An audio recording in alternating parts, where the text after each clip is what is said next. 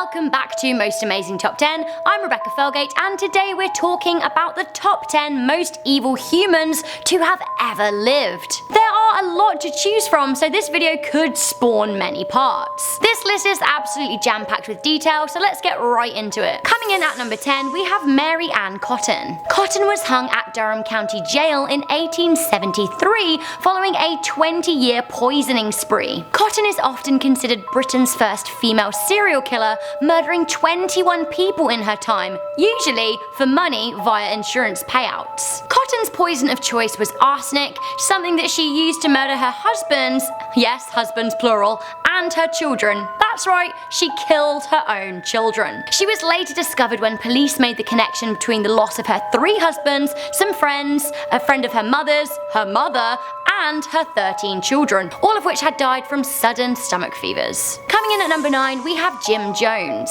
Greedy and evil, Jim Jones was the cult leader of the People's Temple and the orchestrator of the horrific Jonestown Massacre. An American national Jim set up the People's Temple out of frustration with being unable to express his Marxist values. In the end, he kind of developed a god complex and started brainwashing people into thinking that he and the People's Temple were the saviors.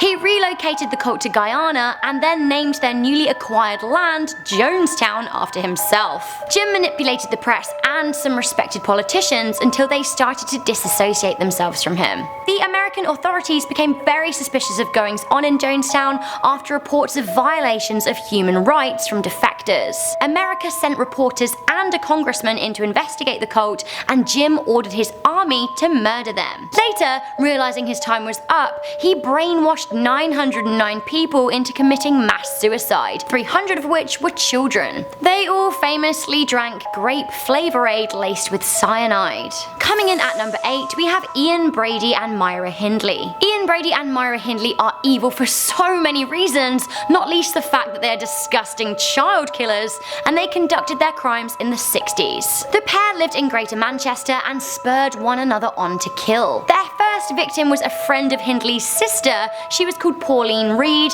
and Hindley used their prior relationship to lure her into their van. Pauline was only 16 when she was sexually assaulted and murdered. The pair raped 3 more times and killed 4 more times. Their victims included 3 boys, 2 of which were aged 12, and a 10-year-old girl. The pair were later arrested following a tip-off from Hindley's brother-in-law, and they later refused to give information about the missing children's bodies to their bereaving parents, which is just horrible. Okay, so this guy comparatively seems a lot worse, but he was living in a different time, although he was absolutely a mega dick. Coming in at number 7, we have Vlad the Impaler. Vlad the Impaler was the inspiration behind the legend of Dracula, and like his fictitious counterpart, he was a very bloodthirsty chap. Vlad was alive for a mere 45 years between 1431 and 1476, but in that time it is estimated that he could have killed around 1,000 people. Vlad was Prince of Wallachia, a historic region of Romania, and to cut a really long story short, he killed everybody that stood in his way of power or threatened his position. He plundered villages and killed armies. How did he kill them? Well, he's not called Vlad the Impaler by accident. He really liked to impale his victims and then proudly display their corpses. He also impaled animals and nailed turbans to the heads of Turkish messengers. He was known to be cruel and wicked within his lifetime, with news of his evil soul becoming a popular story in German courts. Speaking of Germany, next up at number 6, we have Joseph Goebbels. Some say this top-ranking Nazi in charge of propaganda was actually way worse than Hitler himself. Deranged, jealous, and erratic, Goebbels was a vicious Jew-hating killer who was a key player in defining the Aryan race and pointing hatred towards Jews. He was also fairly key in the establishment of concentration camps, including Auschwitz. This picture of Joseph Goebbels always haunts me. This is the moment that he found out the photographer was a Jew. At the end of the war, he and his wife murdered their 6 children before committing suicide. Coming in at number 5, we have Ted Bundy. Ted Bundy is one of the most prolific and infamous serial killers of all time. The American, who murdered somewhere between 30 and 100 women, was killed via the electric chair in 1989. Bundy Bundy raped most of his victims and kept souvenirs, including body parts and Polaroids of their bodies. When caught, Bundy gave a series of chilling interviews where he described himself as cold-hearted. He also revealed that he would decapitate some of his victims and then have sex with their corpses.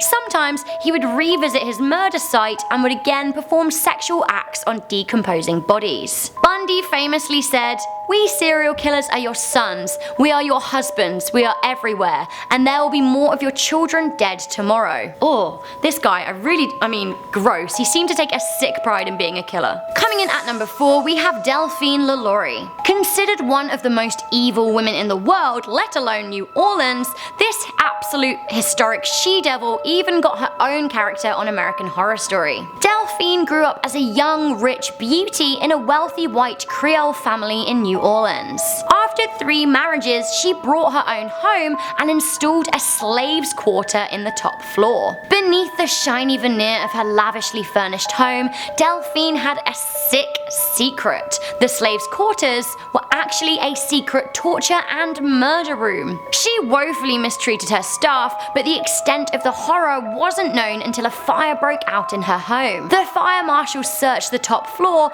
only to find a dozen people chained up, with others in cages. Body parts and severed heads sat in buckets, and organs were strewn across the floor. Delphine never faced justice as she fled to Paris. A recent evil up next at number 3, we have Harold Shipman. Harold Shipman was a British doctor who broke the Hippocratic Oath and abused his power to carry out 218 or more sick murders. Shipman killed people by administering them with a lethal dose of diamorphine, and then he used his position as a doctor to sign their death certificates and also to doctor their medical records to suggest that they were in bad health. 80% of his victims were women, usually over the age of 50. However, Shipman has been linked to the death of a 4-year-old boy. His last victim was pensioner Kathleen Grundy, for whom he had forged a will, leaving himself in excess of £300,000. Eventually he was discovered and sent to prison in 2000, and in 2004 he hung himself on his 58th birthday, reportedly waiting this long specifically so his wife would get his £100,000 pension. Sick. Coming into number 2, it doesn't get much sicker than ISIS. Evil has threaded itself throughout history, and currently one of the most evil selections of people alive reside in a terror cell called ISIS. These deranged killers are pretty much hell-bent on destroying the West and pretend to support Islam in their quest for dominance over the East. ISIS was founded by Abu Musab al-Zarqawi, and the group murder and destroy in the most chaotic way. ISIS were behind the Bataclan massacre, the Tunisia Beach massacre, attacks in Turkey, Syria, Egypt, Yemen, Berlin, and many more. Not only do they carry out sick murders on innocent people, which they often film and put on the internet, they also indoctrinate young Muslims, radicalizing them and encouraging them to leave their homes and join them in Syria, or whichever underground rat hole they're living in. Finally, at number 1, we have a man who is responsible for the deaths of 45 million people. We have Mao Zedong. Mao Zedong was the founding father of the People's Republic of China, which was achieved in 1949 after a brutal civil war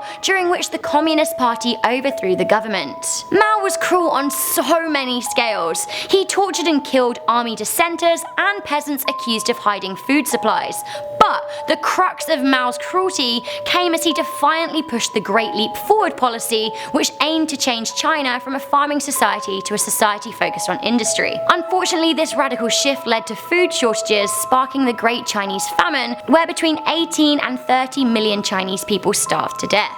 It has been documented that Mao knew that this was happening as the rice yield was not big enough to sustain the population. He is reported to have said it was better for half the population to die so that the other half could thrive. Ultimately, his rule saw the collective untimely deaths of up to 45 million people as a result of famine and corrupt practices he used to obtain and maintain power. Well guys, so that was a really long one, but I think that evil cannot be brushed over. Did you guys learn anything from this list? Let me know in the comment section down below. Also, let me know if you would like a part 2. If there's there's any lesson to take from this list, I would say don't be evil, be a major babe, because where are all of these people now? Spoiler, almost all of them are dead.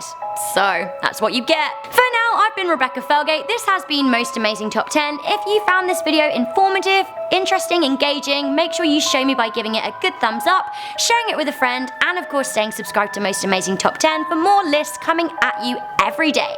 And I will see you next time.